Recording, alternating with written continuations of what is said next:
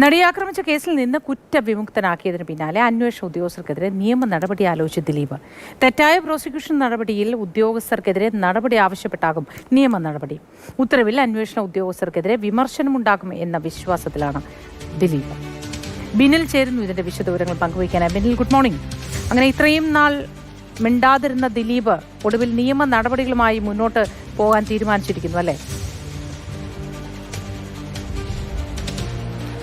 തീർച്ചയായും മോത്തി, ആ രീതിയിലാണ് നടൻ ദിലീപ് ഇപ്പോൾ ചിന്തിച്ചുകൊണ്ടിരിക്കുന്നത്. ഇന്നലെ കുറ്റവിമുക്തനാക്കിയ ശേഷം കോടതിക്ക് പുറത്തെത്തി ദിലീപ് നടത്തിയ ആ പ്രതികരണത്തിൽ തന്നെ ഏത് രീതിയിലായിരിക്കും ദിലീപിന് മുന്നോട്ട് പോകാൻ പോകുന്നത് എന്നത് സുവ്യക്തമാണ്. നിയമ നടപടികൾ ആലോചിക്കുകയാണ്. അഭിഭാഷകരുമായി അക്കാര്യങ്ങളൊക്കെ ആലോചിച്ചുറപ്പിച്ചു കഴിഞ്ഞു. 12-ാം തീയതിയാണ് ഇതിന്റെ ജഡ്ജ്മെന്റ്, അതായത് ഈ ശിക്ഷാവിധി അടക്കമുള്ള വിധി പ്രസ്താവത്തിന്റെ പൂർണ്ണരൂപം പുറത്തേക്ക് വരിക.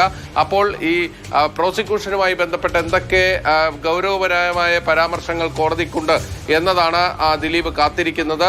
പ്രോസിക്യൂഷനെതിരെ കടുത്ത വിമർശനങ്ങളും അല്ലെങ്കിൽ തെറ്റായ പ്രോസിക്യൂഷൻ എന്ന കോടതിയുടെ വിലയിരുത്തലും ഉണ്ടായിക്കഴിഞ്ഞാൽ ആ വിധിന്യായം പരിശോധിച്ച് തുടർ നടപടികൾ സ്വീകരിക്കുക എന്നതാണ് ദിലീപ് ആലോചിക്കുന്നത്. അങ്ങനെയെങ്കിൽ ഈ അന്വേഷണ സംഘത്തിനെതിരെ നിയമ നടപടികളിലേക്ക് പോവുക, ആ രീതിയിലായിരിക്കും ദിലീപിന്റെ തുടർ നീക്കങ്ങൾ ഉണ്ടാകാൻ പോവുക. പക്ഷേ ഈ ഉത്തരവ് പുറത്തു വരുമ്പോൾ ആ ഉത്തരവിൽ എന്തൊക്കെ കാര്യങ്ങൾ പറഞ്ഞിട്ടുണ്ട്, ഏതൊക്കെ കാര്യങ്ങളിലായിരിക്കും കോടതിയുടെ വിമർശനമുള്ളത്, അല്ലെങ്കിൽ കോടതി ഏതെങ്കിലും തരത്തിലുള്ള തുടർ അന്വേഷണങ്ങൾക്കുള്ള നിർദ്ദേശങ്ങളുണ്ടോ തുടങ്ങിയ കാര്യങ്ങളൊക്കെ പരിശോധിക്കേണ്ടിയിരിക്കുന്നു. അതിനനുസരിച്ച് 8 വർഷ കാലയളവ് മിണ്ടാതിരിക്കുകയായിരുന്നു. ഒടുവിൽ ഇതാ കുറ്റവിമുക്തനാക്കപ്പെട്ട ശേഷം ഇതിനെതിരെ തനിക്കെതിരെ നടന്ന ഗൂഢാലോചനകളുമായി ബന്ധപ്പെട്ടൊക്കെ നിയമ നടപടിക്ക് ഒരുങ്ങുകയാണ് ദിലീപ് എന്നാണ് മനസ്സിലാക്കുന്ന. വിശദാംശങ്ങൾ ആണ് ബിനിൽ നൽകിയത്.